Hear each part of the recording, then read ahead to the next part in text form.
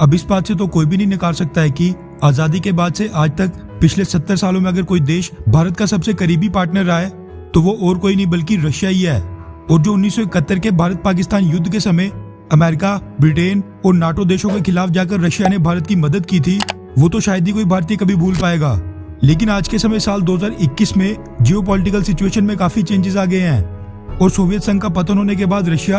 आर्थिक और सैन्य दोनों तौर पर कमजोर हो रहा है। इसलिए अमेरिका और बाकी के नाटो देशों का सामना करने के लिए रशिया के पास चाइना के साथ अलाइन होने के सिवाय कोई भी ऑप्शन नहीं बचता है। और ये चीज भारत चाइना एलएसी विवाद के समय बिल्कुल साफ देखने को मिली,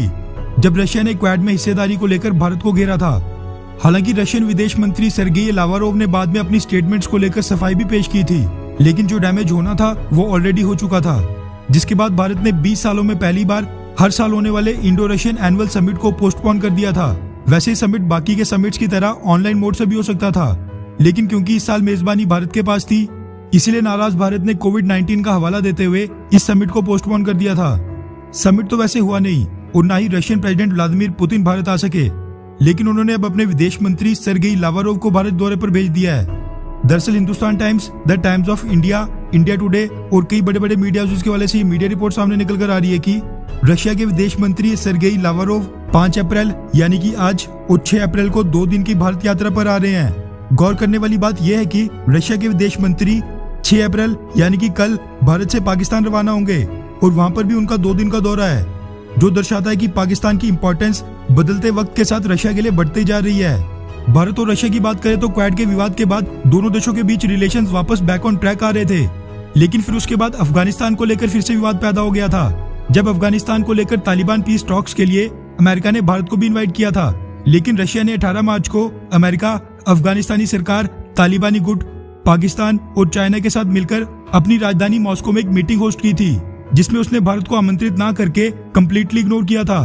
भारत भी रशिया के इस कदम से थोड़ा अचंभित और नाराज भी हुआ था, जिसके बाद भारत ने अचानक ही अफगानिस्तान के विदेश मंत्री मोहम्मद हनीफ को भारत के दौरे पर बुलाया था, ताकि रशिया, पाकिस्तान और चाइना को यह मैसेज भेजा जा सके कि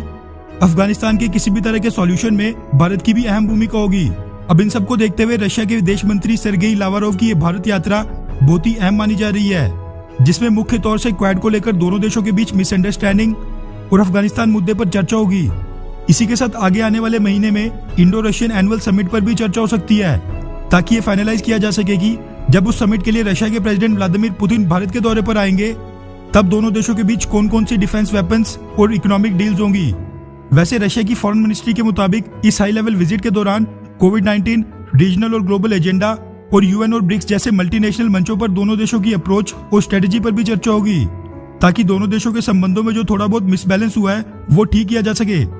वैसे अब रशिया के फॉरेन मिनिस्टर सर्गेई लावारोव कितना डैमेज कंट्रोल कर पाते हैं ये तो आने वाला वक्त ही बताएगा, लेकिन ये चीज तो बिल्कुल क्लियर है कि आज की डेट में रशिया को बेशक चाइना के मुकाबले कम ही सही, लेकिन भारत की भी बहुत ही ज्यादा जरूरत है। खैर, वैसे आज की जियोपॉलिटिकल सिचुएशन को देखते हुए आप दोनों में से कौन से देश का समर्थन करते हैं,